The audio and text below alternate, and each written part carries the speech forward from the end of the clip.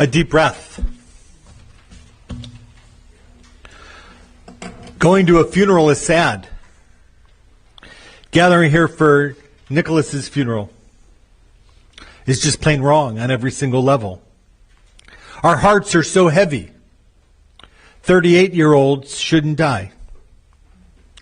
At a time like this, the only thing to do is to help each other cry.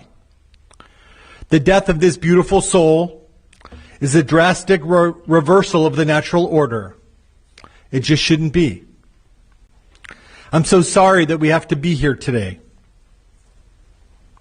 Washington Irving once wrote the following: "There's a sacredness in our tears. They are not the mark of weakness, but of power. They speak more eloquently than 10,000 tongues. They are the messengers of overwhelming grief, of deep contrition, and of unspeakable love." So here we are. Our eyes filled with tears, our hearts heavy. With sadness to share our grief, and more importantly, to share our love. Life as we know it is both complicated and confounding. Life is filled with extremes. There is sorrow mixed with joy. There's wholeness alongside brokenness. We see the rain and the rainbow at the same time. But there are two truths that I know to be true as a rabbi. Number one is that the heart can withstand an incredible amount of joy and sadness at the exact same time. And that same heart can experience unbridled joy along with that sadness equally. These two things can happen at the same time within the same moment. The heart that feels pain can also feel joy in equal measure. Today we feel that pain. Tomorrow we hope for that joy.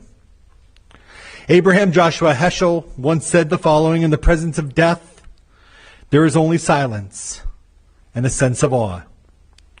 Today we feel that awe. As we gather here, as we look at his urn, as we look at these beautiful pictures and the flowers, and the people that are gathered here in this room, and the many people that are gathered online, to remember, we feel that awe. It just shouldn't be. The journey through grief for all of us is unpredictable. You don't know where it goes. You don't know when it's going to start. You don't know if it will ever end. You know and don't know where it will lead you or who you will be when you get there. Anyone who thinks that the shortest distance between 2 points is a straight line will never really understand grief. Grief is not a linear process, with sadness diminishing each day until it clears up. Not for you, David. Not for you, Wendy. Not for you, Samantha. Not for you, Tim. Not for you, family members and friends, nieces and nephews, aunts and uncles, cousins, relatives, and friends. It's not a straight line. There's going to be good days and bad days for the rest of your lives as you think about Nick. Sometimes we can stand up in it. Other times it pulls us under. But grief is a sign that we love something more than we love ourselves. And today we feel that grief. We find comfort from the words of the Jewish tradition. I lift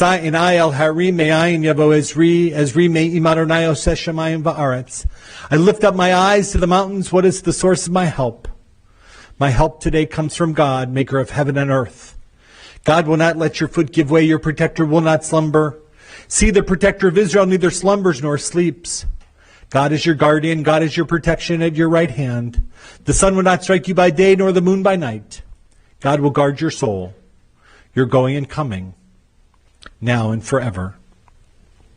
No matter what faith tradition we may be from, and I know that there are lots of people who knew Nick from lots of different faiths.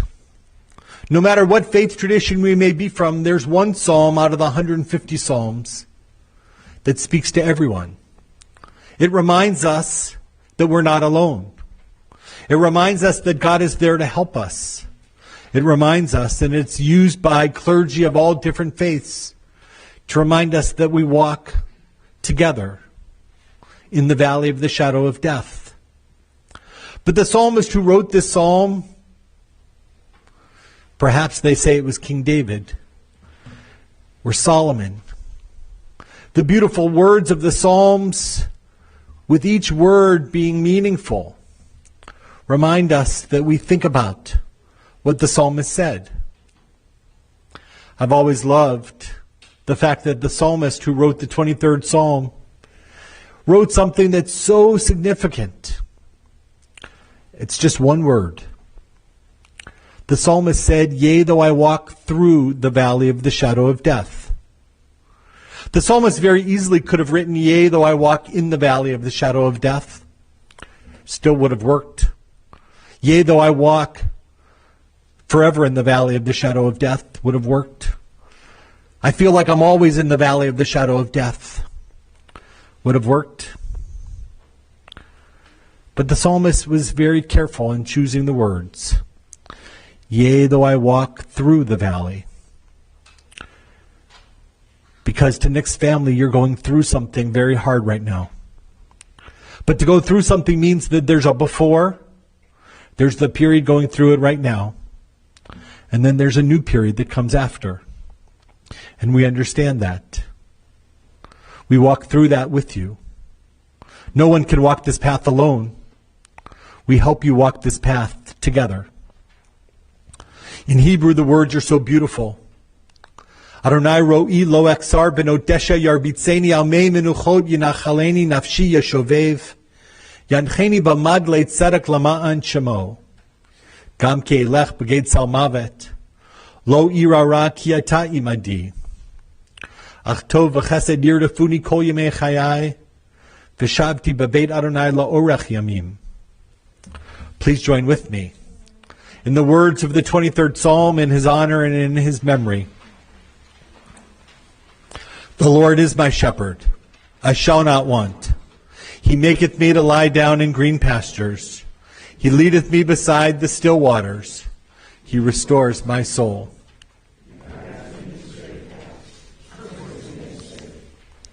Yea, though I walk through the valley of the shadow of death, I will fear no evil, for thou art with me.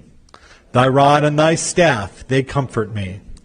Thou preparest a table before me in the presence of mine enemies. Thou hast anointed my head with oil. My cup runneth over. Surely goodness and mercy shall follow me all the days of my life, and I shall dwell in the house of the Lord. At this hour, the blessed presence of family and friends brings comfort and strength. It says to us, "Be sure that love, the spring of life, abides." May all who mourn take heart as they remember the goodness they've given and received. And when the days of their mourning are ended, may the memory of their loved ones, may Nicholas's memory truly be a blessing. I've always loved the words of Rabbi Joe Black, commenting on the 23rd Psalm when he said the following: "Those who walk through the valley of the shadows wear no shoes. Their feet are cut and torn as they stumble through the darkness. With no time to pack a bag or say goodbye, they begin their journey unprepared." With no time to pack a bag or say goodbye. Nick's sudden death last Wednesday has turned our world upside down. Some people are dressed in their finery, jewels gleaming like stars in dim light. Others wear pajamas or work clothes or prayer shawls or bathing suits. Some clutch briefcases or papers or blankets or teddy bears. And everyone wears their grief. And with each cautious, painful step, they move further into the abyss. The chasm narrows. Stretching out their fingers, they trace the grooves carved by previous pilgrims. Handholds hewn into the cold canyon walls. Sometimes they march in silence. Other times, singing hauntingly beautiful melodies, their voices echo to the very vaults of heaven. The river that created this place does not flow from on high. It was formed and filled by the tears of those whose bruised souls traversed the trail. But no one walks alone. Stumbling pilgrims are quickly caught and held aloft by those who travel beside them. They're caressed and carried through the brambles and branches that, unexposed and hidden from the light, add to the chaos and confusion of the journey. And in time, for some, a light appears, far in the distance, piercing through the veil of darkness. Hope, long buried, rises to the surface like a beacon. And with it, the weary travelers ascend to find a world that has been changed forever by their absence. They return with pale faces and broken hearts. But now, as experienced travelers, they will always have a suitcase packed and ready. We're never ready for a moment like this. It happens. And we're left scrambling, trying to understand, trying to make sense out of it all. To Addison, Owen, and Taylor, I'm sorry you have to be sitting in this front row to say goodbye to your uncle. It's just not fair. We think of Hannah of blessed memory, which we know isn't fair. But we take great comfort in knowing that their two souls are together. Their two souls are together because when death occurs, a body gives out, but a soul lives on. Ever wonder why someone sneezes, we say, God bless you? It doesn't make any sense. Why would you say God bless you when someone sneezes? The answer is because your soul almost leaves your body when you sneeze. Every morning as Jews we pray, Elohai neshama shanatata bi tahurahi.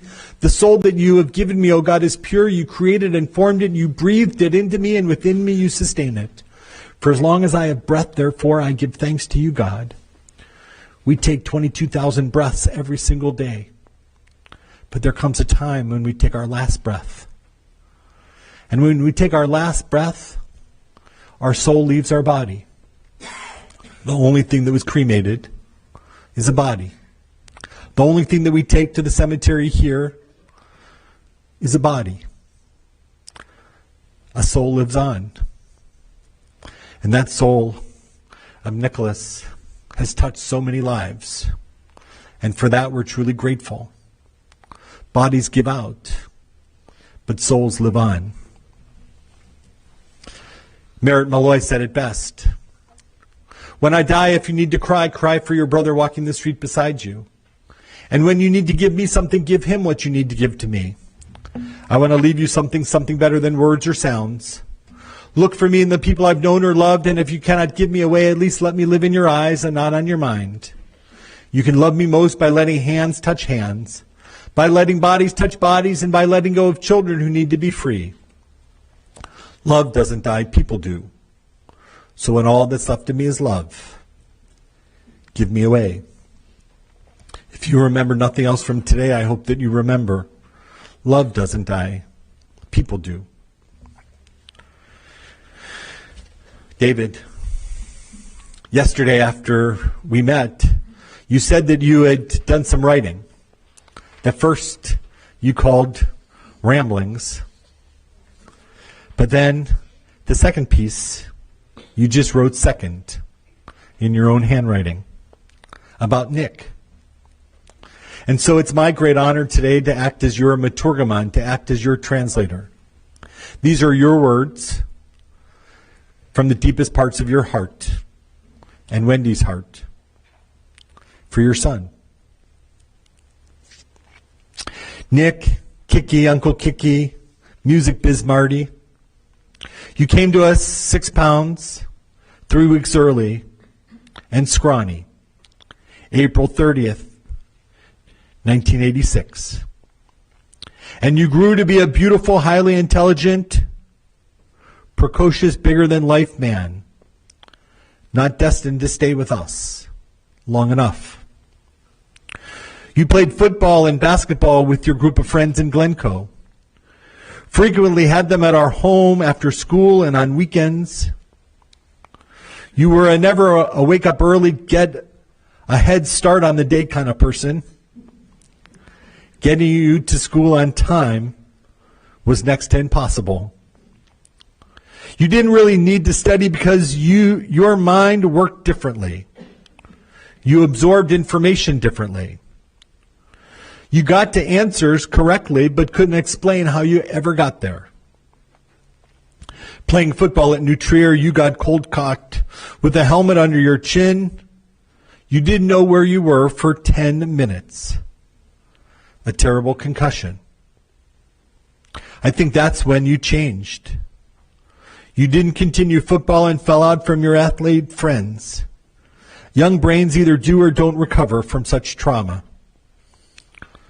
You have always been witty, humorous. And when you allowed us to see, it was not just entertaining but informative from a very humble, unpretentious perspective. We don't know where your education information came from, but usually, like most of us, it had some reasonable basis effects. I know I learned a lot from you, especially over these last few years.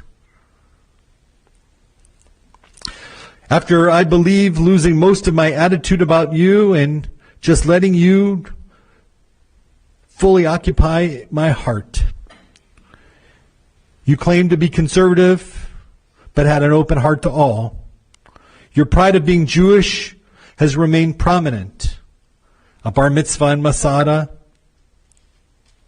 a big Star of David tattooed on your right breast, not intimidated by anyone about it. God bless you. You never were the typical go to work, pay the bills kind of person. You developed a large YouTube following as Music Biz Marty. I didn't agree with much of what went on there, but you made people laugh. A rare ability. And there were many who have written to support you and us at this terrible time. Maybe we didn't support you creatively enough or in a fashion that would have allowed you to have a less stressed life. Tough love versus letting you just do things and do your own thing. COVID wasn't kind to you either and gave you your first heart attack. After that, you just couldn't change your lifestyle. And here we are. You've left us filled with joy and with a broken heart. We will all miss you forever and cry our eyes out at never being able to touch, joke, hug, agree, and disagree with you. This is cruel to all of us, family and friends, and all of your followers. God keep you close to our hearts. Take the love of all of us with you. Be with Papa Irv and Booby Judy, Nana and Papa Jerry, Uncle Mike. Let Hannah be with you. You have been a kind, gentle, good person. This is a huge loss to all. God bless you, Nick, Kiki, Uncle Kiki, Music Biz Marty. Dad. David, thank you for those beautiful words. It truly was my honor to read those. Perfect words. And to your words, I add some of my own and from some words that I gathered from others. In my 30 years as a rabbi here in Chicago, I can honestly say that I've never met anyone like Nick. Nick was big. Everything he did was big. The world just became a much dimmer place without him. He was kind, he was giving. He was the kind of guy that would give you the shirt off his back if you needed it. Nick had a big heart, a huge heart. Nick never followed a normal path, but always followed his own heart. As a 3-day-old baby, he arrived in Glencoe to his family. He came home and he became yours. He was, in your own words, a cutie. He was smart. He was kind. He was kind of kooky. He was mischievous. He was a big boy with a warm heart. He was always a little stubborn in a good way. You could never win an argument with Nick. He always won. Samantha, you said as children, you and Nick played so well together. You played with each other's friends. You did fun things. You made forts in secret places. Once you even made a spaceship. I'll let you tell the rest of the story. You said in your own words that he was always cool. And that the two of you never bickered. He was always so kind. And he did what you asked him to do. A true younger brother. He always loved animals. Beautiful golden retrievers like Molly. Every animal he encountered. And as a family, you traveled so much. Paris and London. I love the picture that you showed me of Rabbi Paul Feinberg, formerly of Temple Sholem, who had moved to Israel, doing Nick's bar mitzvah in Masada, and a great picture of Nick wearing his Sammy Sosa jersey at the Western Wall when you were there as a family with Mendy as your guide. That was the year that Sammy Sosa was in the home run hunt. Maybe wearing a Sammy Sosa jersey to the wall helped him. He loved Jamaica, St. Lucia in California, Disney, Holland, Michigan, and visiting grandparents in Florida. He had super close Glencoe friends. I know some of them are here. Some of their families are here. There was something special about the Glencoe boys that he hung out with. Central school friends, grade school friends. He was bigger than most, and he first enjoyed playing football, but he never really liked hurting people. He felt bad on the football field every single time someone got hurt. Maybe he was just too kind to be a football player. He was a starting blindside tackle his sophomore year, and everything changed when he got a concussion the next year. He lost his way. He changed friends. He stopped playing sports. He was always proud of his Jewishness, and I love the fact that his huge Star of David on his chest, a family tradition that 3 out of 4 of you fulfilled on one Hanukkah. While he struggled in school, he was wicked smart. A visual learner, he always followed his own path. And that led him to the music business as a YouTube influencer. And a new persona, Music Biz Marty, where he broadcast every night. People loved him. People adored him. He was known by many names. He was a big man with a 56-inch chest, and an amazing ability to unite strangers. A presence for so many. He made people laugh. He made people cry with laughter.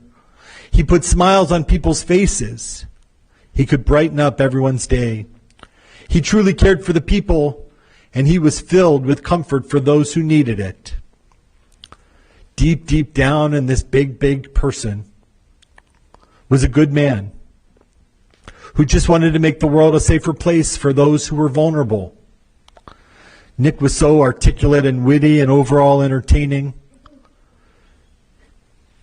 If he was here right now, he most certainly wouldn't want anyone to be sad.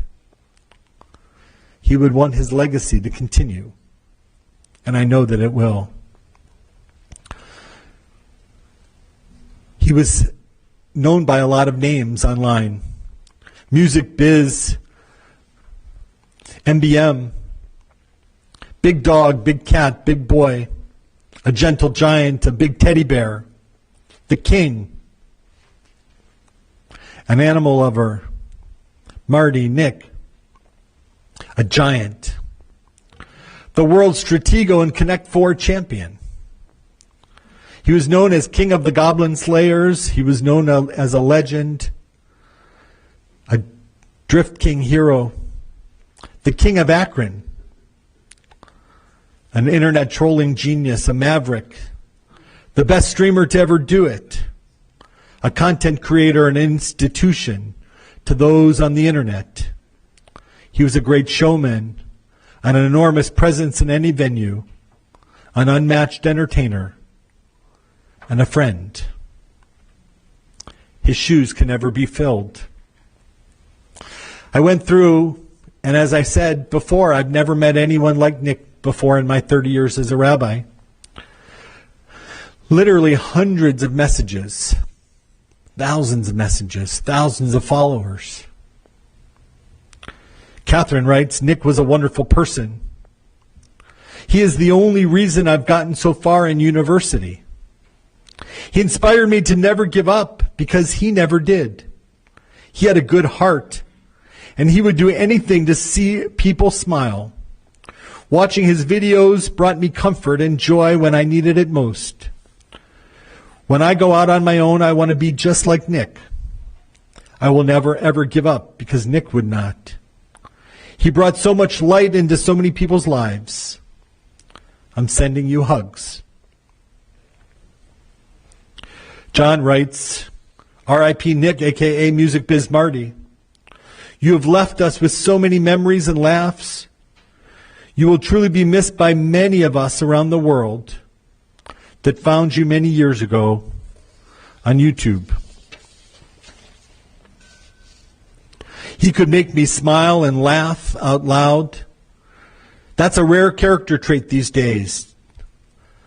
To those close to him, may God comfort you. From a fan in California. Another fan in St. Louis writes, if there was a Mount Rushmore of this game, Nick would be there 3 times. While you were funny and entertaining and charismatic, you also had a level of kindness that shined in everything you did. It's truly hard to believe that you are gone, and there won't just be able to tune into your streams and hear your voice. You gave us the gift of laughter. And whether you realized it or not, you were a legend. You will be missed. Sarah, a longtime viewer, writes from Pennsylvania. He'd never admit this, but he brought a lot of people together and created a community. Nick, or Marty, was a natural entertainer and a comedian. It was near impossible to look away from whatever he was up to, and completely impossible to not laugh at his shenanigans. It now feels impossible that he's gone. My heart and prayers go out to his family and to all of his loved ones. Alav HaShalom. May he be remembered with blessing. Truly a legendary figure within a massive community that he created. He will never be forgotten. A human of mythic proportions, a righteous warrior for the innocent. Rest in peace. From a fan in Massachusetts. And the list just goes on and on and on. The memories go on and on and on. Goodbye, charming friend. You made me laugh on my worst days. Now I'm crying my heart out. Baruch Dayan Ha'emet. We will meet again. From a fan and friend in Israel. Your videos and live streams kept me from feeling lonely and sad on so many nights. And you always brought laughter and happiness to your viewers. So many people's lives have been changed forever for the better because of you. You were gone way too soon. You will be missed. Rest in peace, the King of Akron. Beth. And finally, yesterday, as soon as I witnessed Music Biz Marty turn a small, lonely, and confused man in Akron into a rock star overnight, I knew that I was witnessing someone who was ahead of the curve, on the top of his game. A true genius and a master of his craft. Nick was a once-in-a-lifetime talent whose life was taken way too soon. Rest in peace. You'll be missed. from all over the world. Friends, I tell you that there are hundreds and hundreds of comments like that, all throughout the internet, all throughout different places where Nick touched lives. Sometimes you knew it, sometimes you didn't.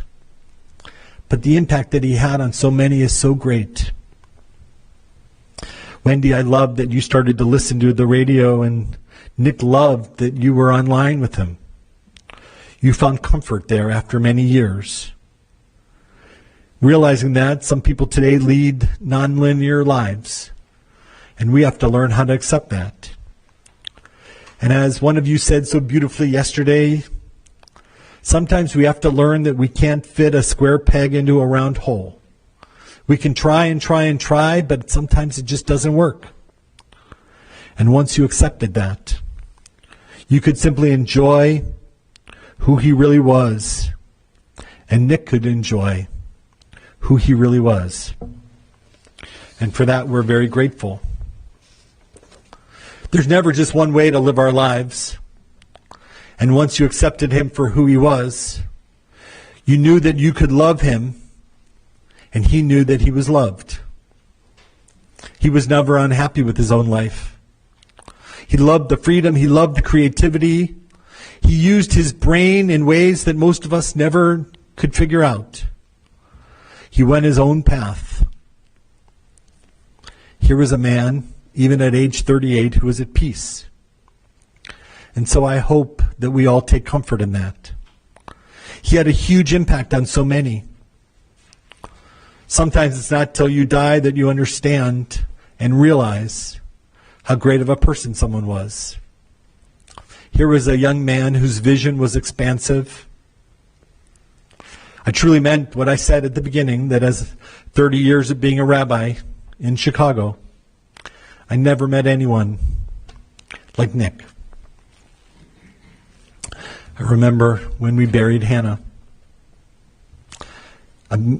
bigger than life, trying so hard to give comfort, because he always cared about the vulnerable. He always cared about those who needed just a little bit more. We stand on his shoulders now. I was drawn to the world of music when I was thinking about Nick. And I went to one of my favorite musicians, Bruce Springsteen, who often talked about someone who had a huge impact on his life. He always talked about the big man. And those Springsteen's fan knows who the big man was, the saxophone player, Clarence Clemons. And just like Nick had a big personality, so did Clarence. Nick was our big man. Everything he did was big. And when Bruce Springsteen talks about his big man, he once said, the big man was big. Everything about him was big. His laugh was big. His personality was big. His size was big. His problems were big. His heart was so big. Just like Nick. He was elemental in my life, Springsteen said. And losing him was like losing the rain. Bruce concluded, let's hear it for the biggest man you ever saw. See you in the next life. I hope we can take comfort in knowing that while his body gave out, his soul lives on.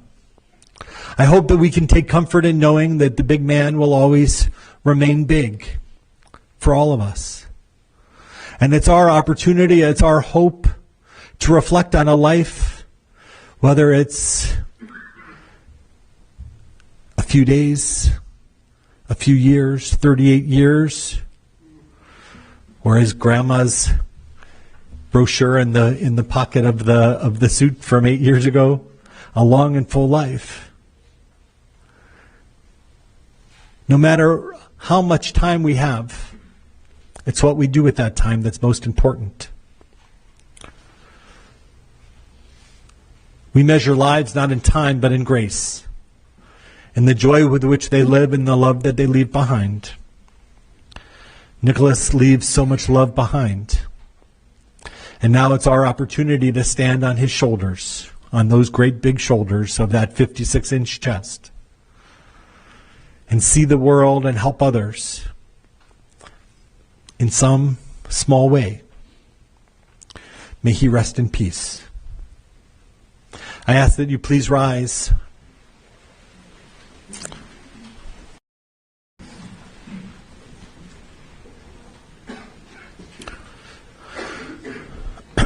El Malay Rachamim Shochen Bamromim Hamsei Menucha Nechona Tachat Kanfei Hashchina Im Kedoshim Teharim Kezohar Harakia Mazhirim Et Nishmat Nisan Ben David V'Vikniki Shahalacha Lolama Bal HaRachamim Yesterehu Beseter Kanafav Lolamim V'Yitzror B'Yitzror HaChaim Et Nishmato Adonai Hu Nachalato V'Tanuach B'Shalom Al Mishkavav and Omar Amen. Compassionate God, eternal Spirit of the universe, grant perfect rest under the wings of your presence to Nick Beigler, who has entered eternity. May he find refuge forever under the shadow of God's wings. May his soul be bound up in the bond of everlasting life. God is his inheritance. May he rest in peace. And let us all say, Amen. In the Jewish tradition, we have one prayer that does not talk about death, but rather reaffirms our commitment to life. We say at the end of a funeral, and we'll say it again at the burial, a prayer called the Kaddish prayer. Kadesh, holiness. There are those who say that the Lord's Prayer is modeled after this Kaddish prayer, because it doesn't talk about death at all. It's actually written in the future tense, hoping for a better world. And it says, magnified and glorified and extolled are you, God. May the one who makes peace in the heavens let peace descend on us and on all the world. And so we say the Kaddish prayer in his honor and in his memory. For the very first time, we will continue to say his name for 30 days during the period of Shloshim at Congregation Am Shalom. We will continue to say his name on Yom Kippur and on Shavuot and on Pesach during the Yizkor service, along all that who have died in this past year, and on Yom Kippur, ending that year, we will say his name time in this year of 5785. And at the anniversary of his death each year, we will say his name. But as we talked about yesterday, you don't need to gather in a minyan to remember him. There are so many ways that we will remember him. When we look out and we see each other, when we make someone's life better, when we lift someone up who needs lifted, when we use the bigness that we have inside of us to help others, we'll continue the goodness that he brought to this world. And so in his honor and his memory, we say the Kaddish prayer.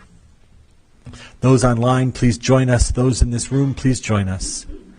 Yitgadal v'yitgadash shemei Rabbah, be'alma divrach hirutei v'yamlich malchutei, b'chayechon v'yomechon uv'chayei kol Beit Yisrael, b'agala v'zman kariv v'yimru amen. Yehei shmei Rabbah mavarach le'olam omeh omaya. Yitbarach v'yishtabach v'yitpa'ar v'yitraman v'yitnaseh. V'yit hadar v'yit haleh v'yitalal shmei dekudsha brichu. La'ela min kol birchata v'shirata. Tush b'chata v'nechamata. Damiran be'alma v'yimru amen. Yehei shlama rabba min shemaya. V'chayim aleinu ve'al kol Yisrael. V'yimru amen. Oseh shalom b'mromav. Hu yaseh shalom. Aleinu ve'al kol Yisrael. V'imru amen. May the source of peace send peace to all who mourn and comfort all who are bereaved, and let us say, Amen. Ose shalom bimromav, uyase shalom aleinu, ve'al kol Yisrael, ve'yimru, yimru, amen. Yase shalom, yase shalom. Shalom aleinu ve'al kol Yisrael. Yaseh shalom, yaseh shalom. Shalom aleinu ve'al kol Yisrael. Go your way, for God has called you. Go your way, and may God be with you. May your righteousness go before you, and the glory of God receive you. May God comfort you among all the mourners of Zion and Jerusalem. And let us all say, Amen. Friends, as you make your way out of the sanctuary today, I ask you to look at the beautiful pictures that are up here in the front, or to see them right, or to look at the beautiful picture of him on the front cover. The great theologians of Simon and Garfunkel said it best. Preserve your memories. Hold on to them. May he rest in peace. Amen.